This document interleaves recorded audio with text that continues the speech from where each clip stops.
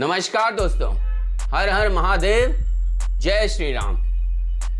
क्या है कि अगर आप ईमानदार पत्रकार हैं तो आपको बार बार अपने चैनल पर दूसरे पत्रकारों को गोदी मीडिया बोलने की ज़रूरत नहीं होती है। खुद के ईमानदार होने की बात दिन में 10 बार बोलने की ज़रूरत नहीं होती है। निष्पक्ष, ना किसी पार्टी के साथ ना किसी पार्टी के विरोध में आपको पत्रकारिता करनी होती है। जनता समझदार है और आसानी से समझ जाती है कि आप बिके हुए हैं या नहीं। आखिरी में आपका प्राइम टाइम वाला शो हिट हो जाता है और तब जाकर आपको टीआरपी मिलती है, जिससे फर्दर एड्स मिलते हैं और आपका न्यूज़ चैनल बिकने के कगार पर तो कभी नहीं आता है। पर जब मैक्सेजेधारी खुद को ईमानदार बताना चाहता है तो वो दूसरे पत्रकारों को गोदी मीडिया बोलता है, फिर उन पर कीचड़ उछालता है, फिर यूट्यूबर्स को इंटरव्यू देते हुए साबित करता है कि वही ईमानदार पत्रकार इस देश में बचा हुआ है, बाकी सब बिक गए हैं। फिर एक चमचों की फौज जो खुश हो जाती है ऐसा करने पे उनके नेताओं के साथ सेल्फी लेता है, उनके प्राइवेट जेट में ट्रैवल करता है, किसी फुद्दू को युवा नेता साबित करता रहता है। उनके साथ इंटरव्यू के नाम पर इल्यू उल्यू चल रहा होता है। फिर जब दिखता है कि चमचों और गुलामों की फौज इकट्ठा होकर आपको ईमानदारी का सर्टिफिकेट दे रही है तो अंध विरोध शुरू कर देता है। हर अच्छी चीज पर मैनिपुलेटिव न्यूज चला देता है। जैसे देश बर्बाद हो गया, देश में 80% गरीबी हो गई है, ये करते करते चमचे और गुलाम भी उन हसीन सपने को देखने लगते हैं, उन हसीन सपने को याद करने लगते हैं जब इनकी कही हुई सरकार थी और इन्हें मलाई चाटने का मौका मिलता था। फिर गुलाम और चमचे भूल जाते हैं कि भले ही इस चैनल ने मनी लॉन्ड्रिंग से घोटाला किया है, पर यह सच्ची पत्रकारिता है, यही क्रांतिकारी है और यही क्रांति लाएगा भी। फिर वो पत्रकार उन्हें आशा देता है कि उसकी पत्रकारिता देश बदल देगी, ये सरकार गिर जाएगी, ये अब फिर से कभी चुनकर नहीं आएगी। चमचे और गुलाम और खुश हो जाते हैं। अकेला ये पत्रकार सब नहीं बदल सकता तो खुद को इनके जैसे यूट्यूब चैनल्स, न्यूज़ पोर्टल वालों के पास जाकर इंटरव्यू देने लगता है। हिंदुस्तान की पत्रकारिता में इससे महंगा खुद का प्रचार आपको कहीं नहीं मिलेगा। जो पोर्टल्स हर दिन सोशल मीडिया पर उन्हें डोनेशन मांगते दिखते हैं आपको, वो करोड़ों सिर्फ इस प्रोपेगेंडा में ही खर्चा कर देते हैं और इनके फॉलोअर्स का चूतिया काटते रहते हैं। 4-5 लाइक इकोसिस्टम वाले पत्रकार एक दूसरे की तारीफ करते दिखते हैं। ये देखो मैक्सेसे वाला आ गया, वो इनका अवार्ड वाला आ गया, सच्ची पत्रकारिता वाला खजूर आ गया। ये सब इस कलयुग में ही हो सकता है और कहीं तो हो ही नहीं सकता। इनके मालिक पर मनी लॉन्ड्रिंग का केस चल रहा है तो वो खुद तो ईमानदार है ऐसा बता नहीं सकते, इसलिए ये खुद को ईमानदार बताने लगते हैं। भले ही मनी लॉन्ड्रिंग से दबाया हुआ माल से ही इनकी सैलरी आ रही हो। मैंने जब से न्यूज़ देखना शुरू किया है, मैंने कभी नहीं देखा कि किसी गरीब अपर कास्ट के घर की रिपोर्टिंग की हो। हर किसी से कौन जात हो पूछा जाया है और अगर वो भूले से भी लोअर कास्ट का निकल जाए तो बैकग्राउंड में इमोशनल म्यूजिक के साथ ऐसा दिखाया जाता है मानो मुसीबत का पहाड़ टूट पड़ा है। तब उनके दलित नेताओं से प्रश्न नहीं पूछा जाता है, पर हाँ, अपर कास्ट ब्राह्मणों पर सारा दोष मढ़ दिया जाता है। इस श्रेणी में कभी दलित अमीर से भी इंटरव्यू ले लो, कौन कितना गरीब है झेल रहा है, कौन कितना झेल रहा है खुलकर सामने आ जाएगा। पर जब कौन जात बहा है पर मीम बनने लगते हैं तो ड्राइंग रूम में बैठकर बोलो यार ये पार्टी तो जातिवादी करती है, बाकी पार्टी जातिवाद नहीं करती हैं। खासकर वो जिनके पीछे खड़े होकर रैली में ये राज दरबारी किया करते थे। इतना कंफ्यूज कर दो कि हर कोई अपर कास्ट जाति वालों को विलेन और दलितों को हीरो बना दे। दलित को भी कोई फर्क नहीं पड़ता, उसका तो फायदा ही हो रहा है। ये पत्रकारिता कलयुग में ही हो सकती है, सतयुग में इसका कोई चांस ही नहीं था, क्योंकि सतयुग में जाति भेदभाव नहीं पैदा किया जाता था ना पत्रकारों द्वारा, वरना फिर प्रभु श्री राम ने सबरी के बेर कैसे खाए और एक धोबी के कहने पर मर्यादा का पालन करते हुए मां सीता को वन में छोड़ने चले गए। इस बात को सिरे से नकार दिया जाता कलयुग के ईमानदार पत्रकारों द्वारा।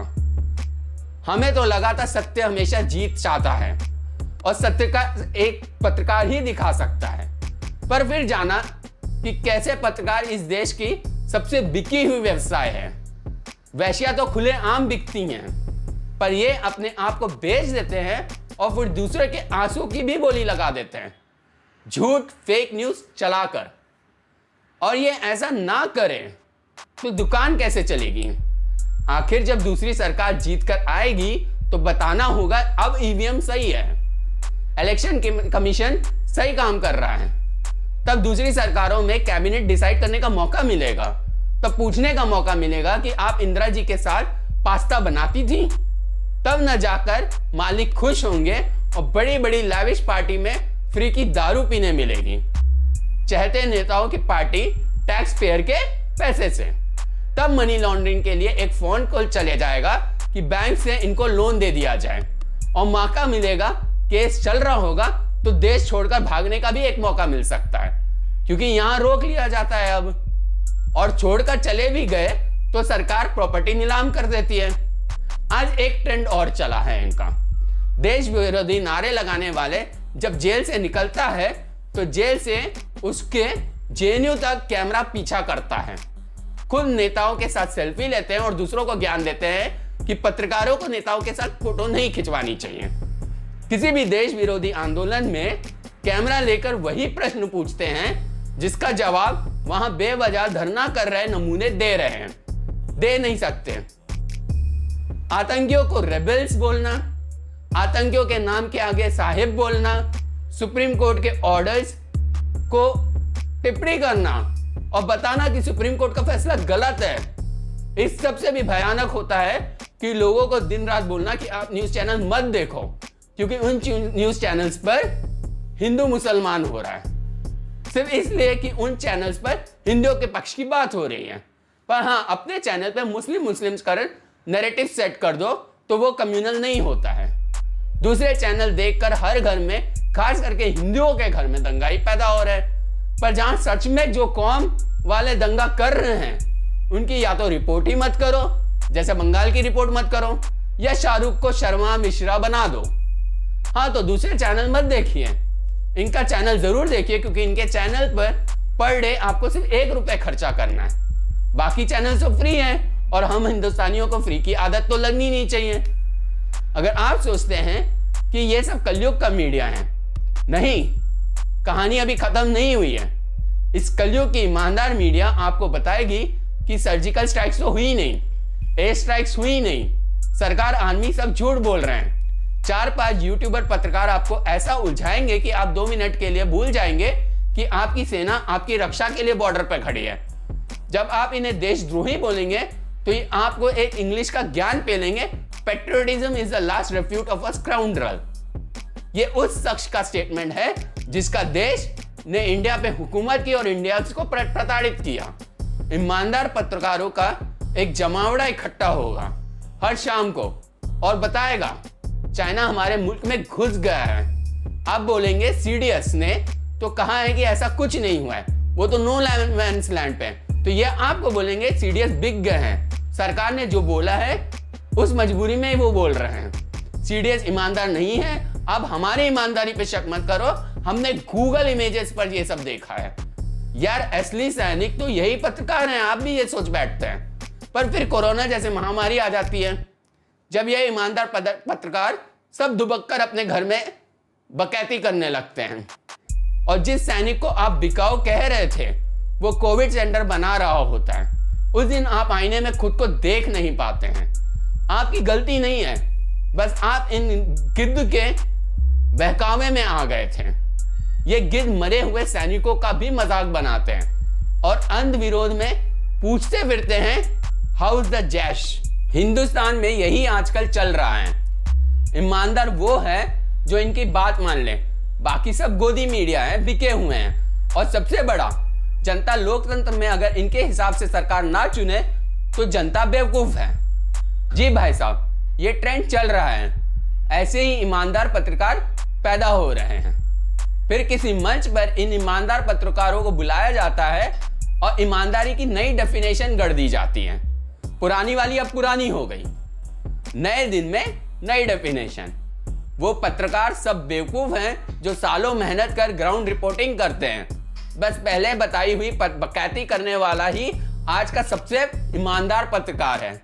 वो भीड़ का हिस्सा नहीं है, क्योंकि उनके मालिक अलग से बुलाकर बिस्कुट देते हैं। अगर नॉनवेज खाते हैं तो चूसी हुई हड्डी फेंक देते हैं इनके आगे, और ये लपक कर ईमानदारी दिखा देते हैं। एक और बात है, इतना सब बोलने के बाद हर शाम बोलना होता है मीडिया की आवाज दबाई गई है, सरकार को गाली दी जाती है।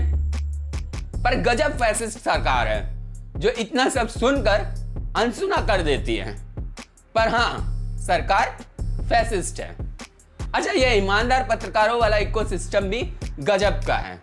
यहाँ एक ईमानदार अपने प्राइम टाइम पर सजा कर प्रोपेगेंडा पेश करे और पूरे इमोशंस के साथ करता है। दूसरा अपने फुद्दू से यूट्यूब चैनल पर उसी प्रोपेगेंडा को दिखाते हैं। बाकी सब वही प्रोपेगेंडा और छोटे यूट्यूबर्स पेश करते हैं और सब एक दूसरे की तारीफ करते हुए दिखते हैं आपको। इतना फेक नैरेटिव और प्रोपेगेंडा विजुअली दिखाया दिया जाता है न्यूज़ चैनल पर या फिर यूट्यूब चैनल पर। उसके बाद बाकी कसर फेसबुक पर लंबा लंबा लेख लिखकर बताया जाता है। कमेंट्स में पोल खुल जाए तो भी क्या है, पर यह प्रोपेगेंडा फैलते रहना चाहिए। जब एक ईमानदार की पोल खुल जाती है तो 10 लोग आते हैं और वो 10 लोग ईमानदार पत्रकार की वही बात दोहराते हैं। अंत में पहले वाला ईमानदार पत्रकार फिर एक घटना प्राइम टाइम में बकैती करते हुए दिखा देता है। हर ईमानदार चैनल पर वही प्रोपेगेंडा चल रहा होता है और फिर यही ईमानदार पत्रकार आपको बोलता है मेरा लिखा हुआ फेसबुक पोस्ट भी पढ़ो, मेरा ही न्यूज़ चैनल देखो। मतलब इतना प्रोपेगेंडा आपने कौन सी हार्ड डिस्क में रखा है जो करप्ट हो ही नहीं रही है।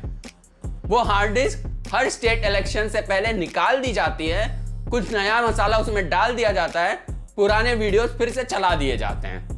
मुझे समझ नहीं आता, दिन में 4 बार 4 लोग 4 अलग अलग मंचों से 4 अलग अलग यूट्यूब चैनल पर वही प्रोपेगेंडा करते रहते हैं।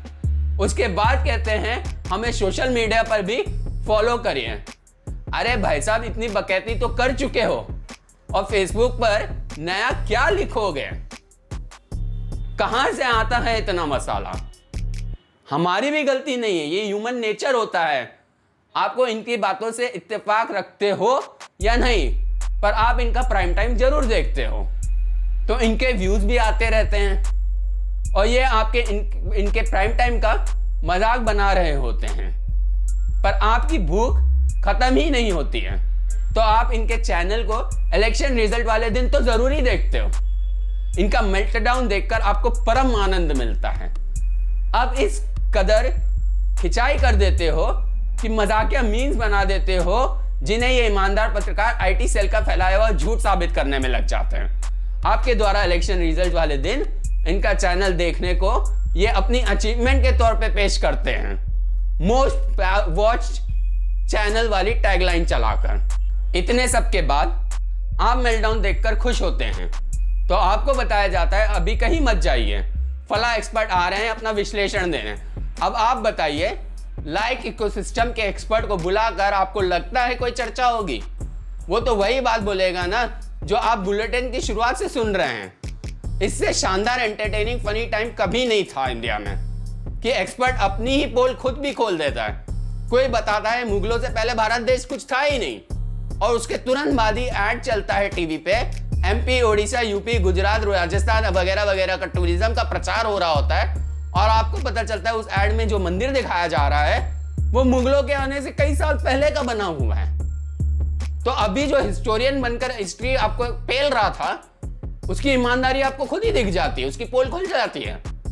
कई जगह तो इन ईमानदार पत्रकारों की भी जरूरत नहीं पड़ती है, एक्सपर्ट खुद मान लेता है जनता ने उनकी बात नहीं सुनी और इलेक्शन में विपरीत सरकार बना दी। और जो अल्ट्रा ईमानदार एक्सपर्ट होते हैं वो कबूल लेते हैं सरकार हटाने के लिए आंदोलन रूपी पिच तैयार की गई थी, सोचा सीमर्स को मदद मिलेगी। यहां तो बैट्समैन तेंदुलकर निकला, सीधे सिक्सर मार दिया। तो ये कलयुगी मीडिया है और हम जैसों के लिए बेस्ट टाइम है, फुल ऑफ एंटरटेनमेंट। पहले मैं इस पर वीडियो नहीं बना रहा था। मैंने सोचा लोग समझदार हैं, मुझे उन्हें बताने की ज़रूरत नहीं है कि क्या फेक नैरेटिव होता है, क्या प्रोपेगेंडा होता है। पर फिर मैंने सोचा ये ज़रूरी है। देखो, काम करने तो जा नहीं सकता, घर पर खाली समय में काम कुछ है नहीं, तो कम से कम देश के उस जनता को इनका सच दिखाना ज़रूरी है, इनकी ईमानदारी समझाना ज़रूरी है। और मेरे वीडियो से अगर एक भी सच्चाई समझ जाए, वो आगे 10 लोगों को समझाएगा। कहीं ना कहीं मेरे नाम की भी YouTube पे चर्चा होने लगेगी, क्योंकि मैं ऑलमोस्ट 0 व्यूज़ वाला यूट्यूबर हूँ। मेरा तो एडसेंस भी इसलिए 2 साल पहले ही सस्पेंड कर दिया गया था। तो मैंने भी सोचा देश के लिए इतना तो मैं कर ही सकता हूँ। क्या नहीं, कहीं ना कहीं लोग याद तो रखेंगे, एक सारांश था जो ऐसे वीडियोस बनाता था। आर्मी में जाने की उसकी औकात नहीं थी, पर हाँ, देश को सच दिखाने की औकात रखता था। और मेरे भी कुछ सब्सक्राइबर मुझे ईमानदार बोलकर मेरा वीडियो शेयर कर दिया करेंगे। दोस्तों, मेरा एक सपना था, मैं IAS बनना चाहता था। फिर पता चला ये मोटी मोटी किताबें पढ़नी पड़ती हैं, on the spot decision making का वाला टैलेंट होना चाहिए, तो घबरा गया। फिर कभी SSC क्लियर करना चाहता था, रेलवे एग्जाम क्लियर करना चाहता था, बैंक में जॉब, डॉक्टर, टीचर वगैरह वगैरह, जिस किसी प्रोफेशन वाले से मिलता था बस वही बनना चाहता था। अंत में वही किया जो सब लोग करते हैं, या जो मोस्ट सुटेबल था मेरे लिए। इलेक्ट्रॉनिक्स इंजीनियरिंग की और जॉब ली IT इंडस्ट्री में, वहाँ भी प्रोजेक्ट मैनेजमेंट का ही काम किया। तो इस तरह से अपना ड्रीम डाइवर्स रखिए। जब भी आप ईमानदार पत्रकार बनेंगे ना, तो आप हर किसी का इंटरव्यू लेने से पहले उसकी जात कौन सी है ये पूछ सकेंगे। ये छूट सिर्फ आपको मिली है। उस हिसाब से आप बता पाएंगे कि अरे साहिब, मैं आपकी पीड़ा समझ सकता हूँ। दलित है तो कितनी भी बड़े बंगले में रह रहा हो, पर वो पीड़ित है, और दलित नहीं है तो भले ही झोपड़े में रहता हो, पर इलाइट क्लास का मनुवादी है। आपको कैसे पता? क्योंकि आपका ड्रीम डाइवर्स था। आप जिससे मिलते थे बस वैसा ही बन जाना चाहते थे।